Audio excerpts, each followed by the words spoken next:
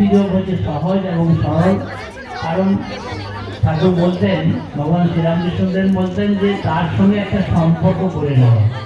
যেমন আমরা বাড়িতে যখন মা থাকেন, সন্তান থাকেন, মা বাইরে গেছেন, তখন কিন্তু তার মন সন্তানের প্রতি পড়ে থাকে।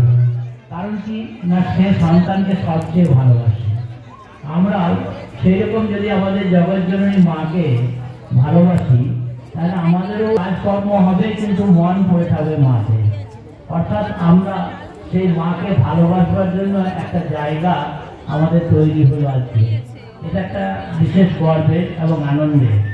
তো সেই রকম আমরা এই সংসারে যে যা কর্ম করি না কেন, আমাদের মনে রাখতে হবে আমাদের মূল হচ্ছে যে তিনি ছাড়া আমাদের কিছু নেই। কারণ আমরা এই যে জাগতিক বিষয় নিয়ে সবসময় ছুটে চলেছি, তাই আমাদের মধ্যে যে অনন্ত শক্তি আছে, আমাদের মধ্যে যে অনন্ত শক্তির স্ফুরণ ঘটার একটা পরিবেশ পাই না, সেই পরিবেশটা আমাদের এইখানে হবে।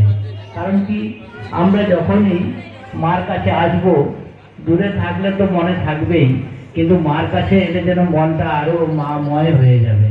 তো সেই রকম আমি বেশি কথা বলবো না, কারণ যজ্ঞ শুরু হয়ে গেছে। আমি এইটুকুই বলবো যে আমরা সকলেই যেন মাকে ধরে চলতে পারি।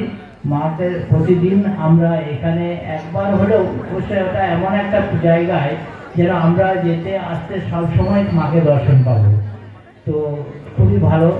এবং তবু আমরা যেন মন দিয়ে একবার যেন মাকে স্মরণ মনন করে মার কাছে বসে বা মার কাছে প্রার্থনা করে যায় আমাদের নিজেদের কর্ম করতে থাকি।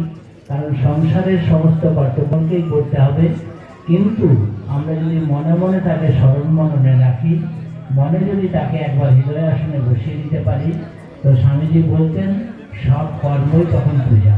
অর্থাৎ মাকে স্মরণ করে যদি আমরা কাজ করি, তাহলে যেমন রান্না করুন বা অফিসে কাজ করুন বা যে কোনো কাজ করুন, সেটাই তখন পূজা হয়ে যাবে। শুধু মানে মার কাছে বসে হচ্ছে মূল উদ্দেশ্য।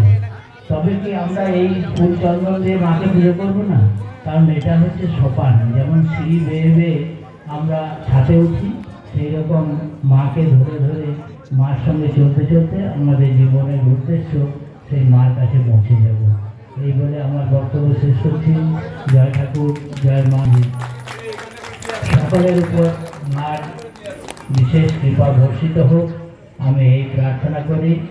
ওম সর্বমঙ্গল মঙ্গলে শিবে সর্বাধিকে শরণ্যে ত্র্যম্বকে গৌরী নারায়ণে নমস্তুতে। সৃষ্টি স্থিতি বিনাশানাং শক্তিভূতে সনাতনে গুণাশ্রয়ে গুণময়ে নারায়ণী নমস্তুতে। সাগর দীনাথ পরিত্রাণ পরায়ণে সর্বস্বার্থে হরে দেবী নারায়ণী নমস্তুতে।